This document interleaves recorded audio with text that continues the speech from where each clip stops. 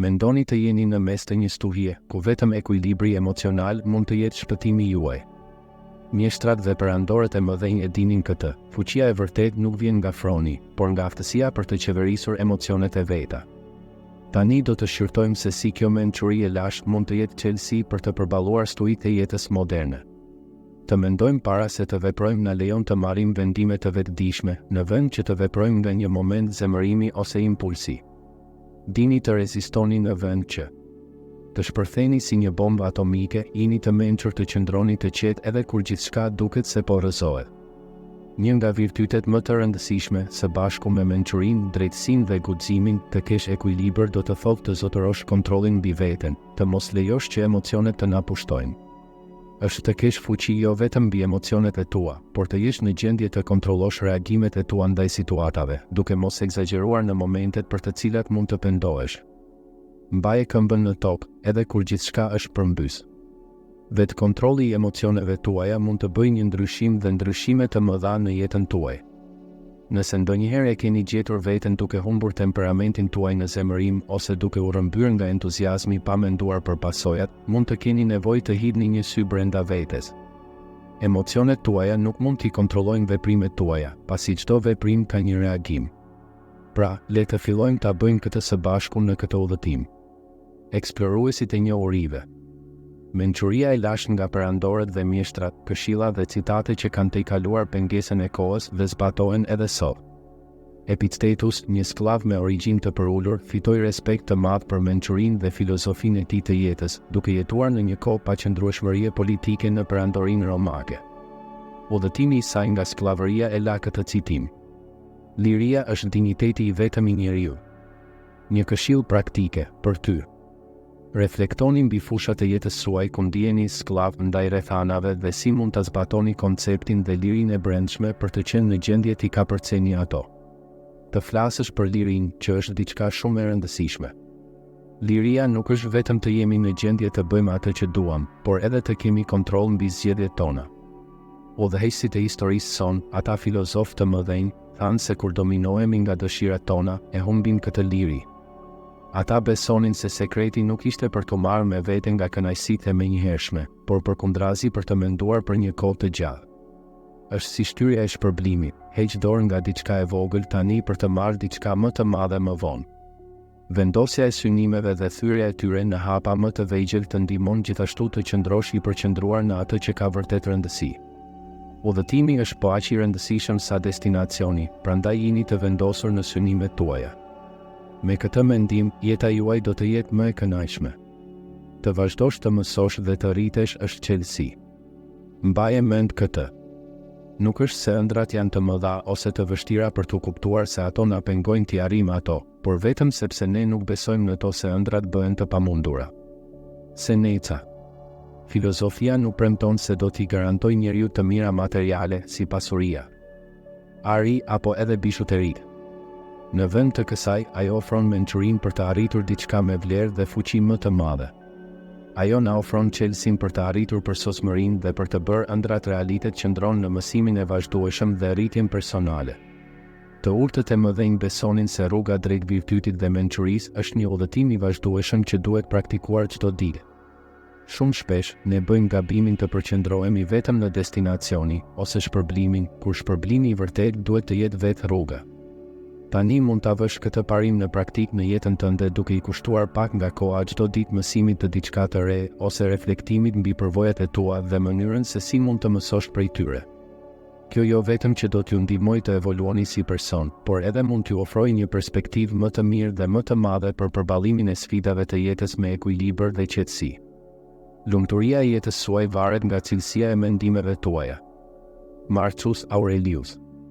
Çdo ditë, merrni një moment për të pranuar dhe shprehur mirënjohjen për atë që keni në jetën tuaj.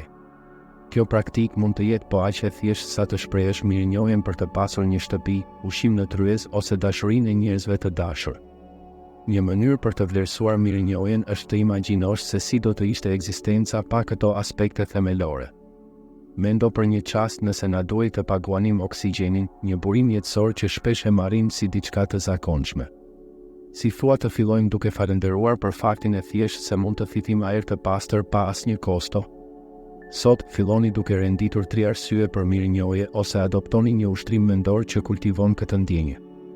Gjëja më e rëndësishme është të marrësh iniciativën. Natyra na lidh thellë me universin që na rrethon. Në përditshmërinë e vrullshme, shpesh harrojmë të vlerësojmë bukurinë natyrore, por është pikërisht ajo që na rilidh me botën që na rrethon. Mos harroni të jeni në gjendje të jetosh në të tashmen është qelësi, pasi është i vetmi moment që zotërojmë vërtet. E ardhmja është formësuar nga e tashmja, ndërsa e kaluara përbëhet vetëm nga kujtimet e jetuara deri tani. A e keni kuptuar ndonjëherë se nuk janë pikërisht ngjarjet e jetës që na shqetësojnë, por si të zgjedhim të interpretojmë ato? Epiktetus. Ky mendim i Epiktetus na shtyn të meditojmë për pikpamjen tonë mbi jetën. Çdo moment, qoftë nga gëzimi, qoftë nga vështirësitë, është një mundësi për të mësuar. Imagjinoni një ditë krejt të njëjtë me tjetrën. Sigurisht do të ishte e mërzitshme dhe e mërzitshme. Pasuria e vërtetë e jetës qëndron në shumëllojshmërinë e përvojave që hasim. Në këtë pikë, ju këshilloj të adoptoni një rutinë mirënjohjeje. Të shohësh botën me mirënjohje transformon perceptimin ton. Edhe në situata sfiduese, ka gjithmonë një aspekt pozitiv për të vlerësuar. Epiktetus i mençuri tashmë po na këshillonte për këtë. Zgjedhja e mirënjohjes në kohë të vështira është një veprim i fuqishëm. Herën tjetër që do të hasni një sfidë, pyeteni veten, çfarë mund të mësoj këtu? Ka gjithmonë diçka pozitive, edhe në vështirësi. Të marrim zakonin e mbajtjes së mirënjohjes na e pasuron udhëtimin. Dërgojini një mesazh dikujt që ka bërë një ndryshim në jetën tuaj. Ndani një moment gëzimi me dikë të afërt me ju. Një gjest i thjesht mirësie mund të forcojë lidhjet dhe të përhap pozitivitet. Përpiquni të distancoheni nga njerëzit që në jetën tuaj të përditshme e zbrazin energjinë tuaj nëpërmjet qëndrimeve negative. Pasuria e vërtetë qëndron në vlerësimin e asaj që kemi, kultivimin e një fryme kënaqësie. Duke përqafuar mirënjohjen, gjejmë paqe në thjeshtësi dhe në thelb. Tani i frymëzuar nga ciniku. Zbuloni se si vështirësitë mund të jenë skena për të zbuluar gjeniun tuaj të brendshëm. A e keni pyetur ndonjëherë veten pse, përballë sfidave monumentale, disa njerëz lulëzojnë, ndërsa të tjerë duket se tërhiqen? Çelësi i këtij transformimi nuk qëndron në kapërcimin e sfidave me të cilat përballemi, por më shumë në mënyrën se si zgjedhim t'i trajtojmë ato. Dhe tani, unë jam gati për të ndarë një sekret që mund të ndryshojë përgjithmonë mënyrën se si ju e shihni vështirësitë. Çdo pengesë që paraqitet është në realitet një mundësi e maskuar, apo edhe një ftesë për të eksploruar thellësitë e krijimtarisë dhe forcës për të cilat mund të keni qenë të pavetëdijshëm në veten tuaj. Kjo e vërtet transcendentale është përjetuar nga mendjet brillante nëpër epoka. Por, si mund t'i shndërrojmë vështirësitë në mundësi? Si ta zgjojmë këtë gjeni të fshehur të premtuar nga sfidat? Çelësi qëndron në zhvillimin e elasticitetit, një aftësi brenda mundësive të gjithëve. Për t'ju udhëhequr përmes këtij zbulimi, kam lënë mënja një moment të veçantë në fund të kësaj videoje. Atje do të zbuloj strategji vendimtare që jo vetëm do t'ju lejojnë të kapërceni vështirësitë, por do të lulëzoni përballë saj. Ky udhëtim transformimi nuk ka të bëjë vetëm me përballimin e stuhive, por me mësimin e lëvizjes me to. Të mësosh të vësh re probleme si mundësi të fshehura mund të jetë një ndryshim i lojës. Edhe pse në fillim mund të duket sfiduese, shpërblimet e këtij udhëtimi janë të paçmueshme. Kështu që qëndro me mua. Gati për të zhbllokuar fuqinë e mendjes dhe për t'i kthyer sfidat tuaja më të mëdha në fitoret tuaja më spektakolare? 4 sekondat e ardhshme mund të ndryshojnë jetën tuaj. Në zemër të mençurisë stoike gjejmë një këshill të pakohë nga perandori romak, stoik dhe filozofi Marcus Aurelius. Kushtojini vëmendjen në çdo moment vetëm mendimit në dorë. Pozicionohuni në qendër të koloseum tuaj mendor, ku fokusi përcakton fatin, ashtu si aftësitë e një gladiatori përcaktojnë mbijetesën e tyre. Të jetosh në të tashmen është një art që kërkon praktikë dhe përkushtim. Mos harroni se realiteti nuk është diçka e jashtme, por përkundrazi një pasqyrim i mënyrës se si e perceptojmë atë. Të mësosh të jetosh tani është të kuptosh se shpesh ankthet dhe friket tona janë njëhon e një të kaluare që ka ikur prej kohësh ose e një të ardhmeje që ende nuk ka ardhur. Duke u përqendruar në të tashmen, çlirohemi nga këto zinxhir të padukshëm, duke gjetur paqe dhe qetësi në thjeshtësitë e jetës. Merrni një moment çdo ditë për të qenë thjesht, duke ndjerë çdo ndjesi që ofron momenti. Ndoshta, ju përfshiheni plotësisht në një detyrë të thjeshtë duke i dhënë asaj vëmendjen tuaj të plot, nëse është me të vërtetë duke dëgjuar dik pa menduar për gjën tjetër për të thënë, apo duke shijuar një vakt pa nxitimin për të përfunduar. Rezistoni tundimit për të bërë aktivitete të shumta njëherësh, pasi kjo na shpërqendron nga përvoja totale e së tashmes. Bëj një gjë në një kohë dhe jepi vetes plotësisht atë detyrë. Mendjemprejtësia na mëson të vlerësojmë çdo moment, qoftë një akt meditimi formal apo akti i thjeshtë i të qenit plotësisht të angazhuar në aktivitetet dhe ndërveprimet tona të përditshme. Adoptimi i kësaj posture të jetesës së qëllimshme në të tashmen na zbulon një qetësi dhe gëzim që mund të mos e kemi njohur kurrë. Nuk bëhet fjalë vetëm për ngadalësim, por për t'u zgjuar në pasurinë e çdo momenti. Kur e bëjmë këtë, zbulojmë se plotësia e jetës nuk gjendet në kërkimin e pamëshirshëm për momentin tjetër, por përkundrazi në zhytje të plot në këtu dhe tani. Trajtojeni çdo qenie me dashamirësinë që dëshironi për veten tuaj. Empatia është hapi i parë në rrugën drejt virtytit. Konfuci. Në udhëtimin ton për të kuptuar dhe për t'u lidhur, empatia zbulohet si një urë e domosdoshme. Ajo na fuqizon të kuptojmë thellë jo vetëm ndjenjat e të tjerëve, por edhe të respektojmë përvojat dhe vendimet e tyre. Të udhëhequr nga mençuria e përjetshme e Konfuci, kuptojmë se empatia e vërtet shkon përtej thjesht përpjekjes për të ndjerë të njëjtat emocione, duke pranuar se çdo njeri jeton përvojat e veta në një mënyrë unike. Praktikoni i empati do të thotë të pranosh këtë diversiteti emocional, të ofrosh mbështetje, mirëkuptim dhe, mbi të gjitha, respekti për përvojat e të tjerëve. Të tregosh empati është t'u japësh hapësirë të tjerëve që të shprehin lirisht ndjenjat dhe mendimet e tyre, pa gjykim apo imponim. Para se të kritikojmë ose të sugjerojmë perspektivën tonë, edhe me qëllime të mira, është thelbësore të tërhiqemi dhe të reflektojmë, duke pranuar se shpesh forma më e mirë e ndihmës është thjesht të dëgjojmë dhe të jemi të pranishëm. Respektimi i historive të tjerëve, lejimi i gjithsecilit për të ndjekur rrugën e vet dhe për të bërë zgjedhjet e veta, është një shprehje e vërtetë e empati. Duke u inspiruar nga Konfuci, kujtojmë se çdo akt empati dhe çdo moment i mirëkuptimit dhe respektit reciprok na avancon në rrugën e virtytit, duke thurur një botë më të dhëmshur dhe më të ndërlidhur. Prandaj, më shumë se një kompetencë sociale, të kesh empati na evoluon në një stil jetese, duke pasuruar përvojën tonë njerëzore me një vlerësim të thellë për diversitetin e pasur dhe kompleksitetin e trajektoreve individuale që formojnë mozaikun e njerëzimit. Tani që kemi eksploruar fuqinë transformuese të pranimit dhe si mund ta zëvendësoj frustrimin dhe anktin me momente qartësie dhe vetkontrolli, pyes, a ka jehon tek ju? Nëse keni gjetur vlerë në këtë video, ju inkurajoj ta ndani atë si ajo dhe të lini komentin tuaj më poshtë. Cilat janë fushat e jetës suaj që po luftoni t'i pranoni? A ka ndonjë gjë specifike për të cilën do të doni të mësoni më shumë në videot tona të ardhshme? Mendimi juaj është vendimtar për ne, pasi ne planifikojmë përmbajtje që bëjnë një ndryshim në jetën tuaj, gjithmonë bazuar në ndershmëri dhe informacion të verifikuar. Vazhdimi. Pranoje atë që nuk mund ta ndryshosh ose ta kontrollosh. Ajo që i shqetëson njerëzit nuk janë faktet, por gjykimi mbi faktet, siç tha Epiktetus. Të mësojmë të dallojmë mes asaj që është dhe nuk është brenda mundësive tona është thelbësore për të kultivuar një jetë të gjallë dhe paqësore. Praktika e pranimit na çliron nga prangat e zhgënjimit dhe ankthit. Duke pranuar atë që nuk mund të ndryshojmë, si përpjekja e kotë e përpjekjes për të kontrolluar motin, na mëson se shqetësimi për këto çështje është i panevojshëm. Në vend të kësaj, duhet të përqendrohemi në mënyrën se si të përshtatemi dhe të përgjigjemi kushteve të ndryshme që na hedh jeta. Përveç kësaj, teknikat e terapisë kognitive na ofrojnë mjete për të njohur dhe sfiduar mendimet iracionale ose të dëmshme. Duke i vënë në dyshim, krijojmë hapësirë për një pikpamje më të ekuilibruar botërore, ku pranimi bëhet një rrugë drejt paqes së brendshme. Pra, le të jetë pranimi udhërrëfyesi juaj, duke ju ndihmuar të kaloni kohë të vështira dhe kohë të mira me respekt dhe lumturi. Ndërsa e përqafoni këtë praktikë, do të kuptoni se shumë nga pengesat për lumturinë dhe paqen tuaj mendore ishin në të vërtetë të vetimponuara.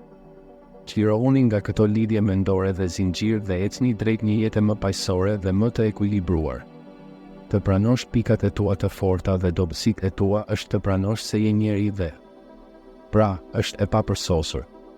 Ky kuptim, edhe pse i thjesht, është një përkujtues i fuqishëm i gjendjes sonë të përbashkët. Në papërsosmëri gjejmë bukurinë tonë më të vërtetë dhe çelësin e pranimit autentik të vetvetes.